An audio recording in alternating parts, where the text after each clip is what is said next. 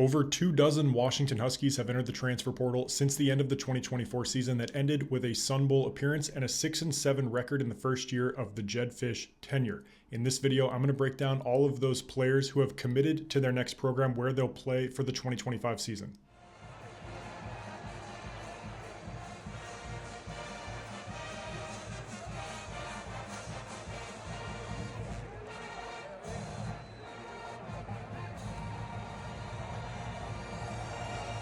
Starting with one of the most impactful transfers on this Husky defense, Thaddeus Dixon is headed to North Carolina. He's going to be reunited with former Washington defensive coordinator Steve Belichick in Chapel Hill. Dixon was a very high-energy player for this Washington defense, always making a lot of noise on the field. He led the team with 10 pass breakups this season, also had an interception and 43 tackles, and he's not the only former Husky that's transferring to North Carolina. There are 4 in total. The other 3 Huskies headed to Chapel Hill are all true freshmen, or they were in the 2024 season. Khmori was the most impactful of the group on the field. He played over 300 snaps as a true freshman at linebacker. House had 4 pass breakups this season, 35 tackles, and a critically important tackle for loss against USC to help seal that win. Linebackers coach Robert Balla spoke highly of him this spring. You know, Khmori has done a really good job.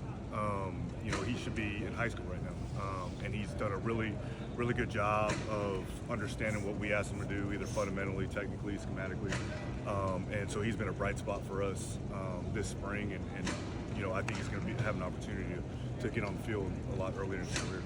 Wide receiver Jason Robinson Jr. is also transferring to North Carolina. He was a 3-star in the 2024 class. He redshirted this season, but was very fun to watch on the practice field all spring and into fall. The California native is transferring all the way across the country to play at North Carolina. He is a smaller wide receiver, but makes up for it with his exceptional footwork as a route runner, really solid hands, and electric speed. His ability to change direction without losing any speed allows him to create great separation as a route runner. I think this is going to be well utilized as a slot receiver or even as a return man. He was electric in the team's mock game before the season started, had a 38-yard kickoff return.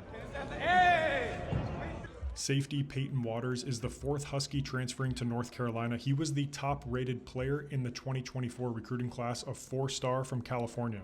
Waters appeared in every game this season as a Husky, mostly on special teams, but he did get 10 snaps at safety, and throughout the spring and into fall camp, he was rotated a lot with the first-team defense as a true freshman. And during fall camp leading up to the 2024 season, safeties coach Vinny Sunseri talked about how Waters has progressed and why he was getting a lot of those reps with the first team.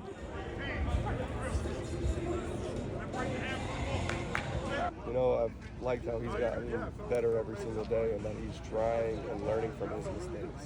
He doesn't make a lot of repeat errors. He continues to progress. He's done a great job throughout camp so far. I'm proud of him and happy with how he's performed.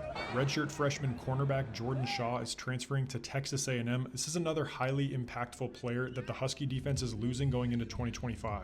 Shaw is an aggressive defender, and that's why he was really good at the star position, the nickelback in Steve Belichick's defense. Playing closer to the formation, he got 4 tackles for loss and 6 pass breakups. Now, during the offseason, the coaches really refined his aggressiveness to help make him impactful on this defense. My game, I'm trying to improve being more patient on the line and just waiting for the play to develop before I react, because my coach be saying when you get greedy, you get got. So I be trying to jump stuff quick, but I feel like everything going smooth. They teaching me my fundamentals and all that, so it's going smooth.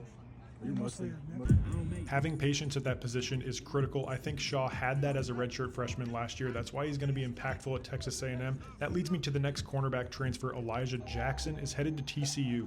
Everyone remembers the play he made against Texas to send Washington to the national title game, but this past season he fell to more of a reserve player. He didn't start any games, only 150 snaps played and 17 tackles.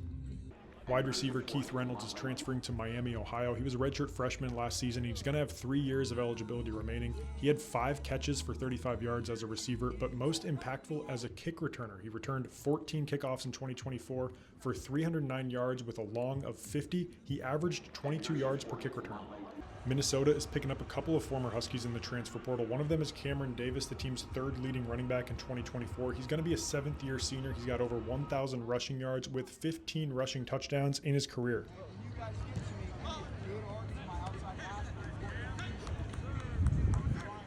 Left tackle Khalid Tafai is also transferring to Minnesota. He started the team's final 4 games this season at left tackle, allowing just 2 sacks on the season. He proved to be reliable as a redshirt freshman in 2024 after some injuries to the guys in front of him.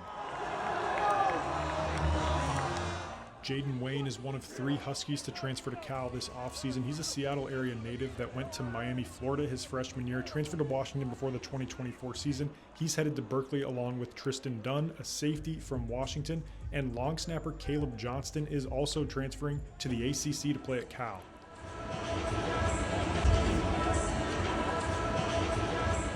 Jack McAllister is going to stay in the Big Ten to punt at Nebraska. He punted 42 times this season with a long of 62 yards. That included 16 punts pinned inside the 20.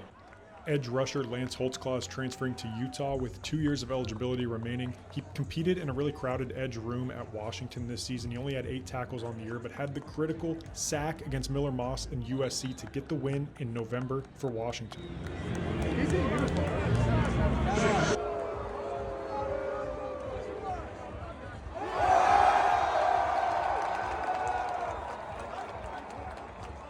Brian Parham was an exciting addition to the Washington linebacker room before the 2024 season as a transfer from San Jose State. He led that team in 2023 with over 100 tackles on the year. And this linebacker room at Washington instantly became one of the most veteran units on the team. Alfonso Tupatala, Carson Bruner, Brian Parham, and true freshman Khmori House stepping up as well. But after 4 games, Parham decided to utilize his red shirt, maintain that extra year of eligibility, and he didn't compete with the team for the rest of the year. He's now transferring to UConn for his final year.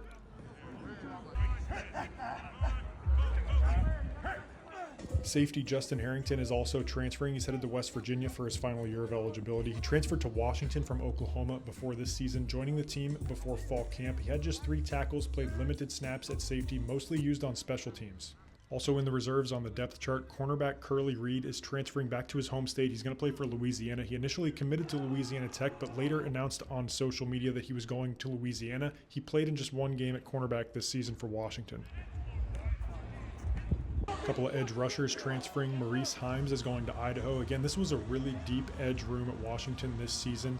Tyrese Johnson is also transferring. He's going back to his home state, Colorado, to play for Northern Colorado. Guard Memelar is transferring to UCF. He started 11 of 12 games this year, 520 snaps at left guard, did not give up a single sack.